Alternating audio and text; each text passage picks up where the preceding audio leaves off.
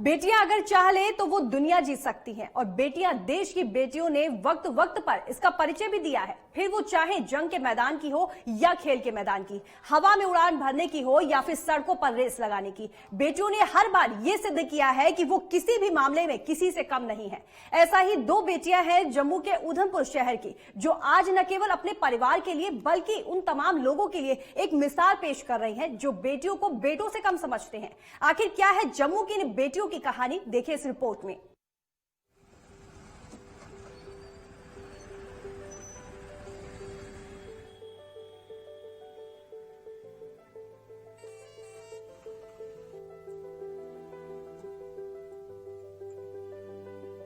जम्मू के उधमपुर शहर की दो बेटियां जो आज पूरे शहर में मिसाल बनी हुई हैं।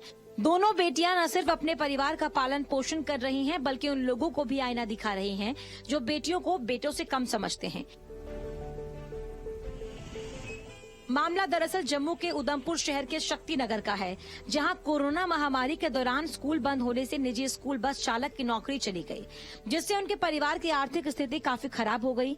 ऐसे में परिवार को संभालने के लिए बस चालक की दोनों बेटियों ने परिवार की जिम्मेदारी को अपने कंधों पर उठा लिया और ऑटो की स्टीयरिंग को अपने हाथों में थाम लिया। आज ये दोनों बेटियां ऑटो चलाकर अपने परिवार का पालन पोषण कर रही हैं। इसी के साथ ये दोनों बेटियां जम्मू कश्मीर की पहली महिला ऑटो चालक भी बन गई हैं। वैसे एक कॉलेज तो दूसरी स्कूल की छात्रा हैं और परिवार का पालन पोषण करने के लिए पढ़ाई के साथ साथ ऑटो भी चलाती हैं। दोनों बेटियां सवारियां मिलने पर ऑटो चलाती हैं और खाली वक्त के दौरान ऑटो में पढ़ाई करती हैं। मैं तो बहुत खुश, अपने आप को भी खुश समझता हूँ कि खुश नहीं समझता हूँ कि मेरी बेटियाँ समाज के सामने एक अपना आत्मनिर्भर होके अपना मतलब कमा रही हैं और घर भी चलाती हैं सारा कुछ। क्योंकि मैं इसकी जो पहले पूछा आपने जैसे कि क्या मजबूरी बनी, तो मजबूरी यही थी कि जब मैं किसी की दुकान गाड़ी चलाता था स्कूल की, तो स्कूल बंद हो गए कोरोना काल में। फिर मैं बीच में बीमार पड़ गया, तो बीमार पड़ने के बाद ऑटो घर में था मगर चलाने वाला नहीं था कोई, क्यों मेरे पास ये बेटियां ही थी, मेरा लड़का नहीं था, तो बेटियां ही थी। मैंने सोचा, बेटियां बोलने लगी कि हमें ही सिखाया होता आपने तो हम आपको लेके जाते हॉस्पिटल। तो उसी दिन से फिर मेरे दिल में आ गया कि नहीं, मैं ही इनको सिखाऊं और इनको ही आगे बढ़ाऊंगा, यही मेरा सहारा बनेगा। दोनों बहनों में से एक बहन एनसीसी कैडेट में शामिल होना चाहती हैं।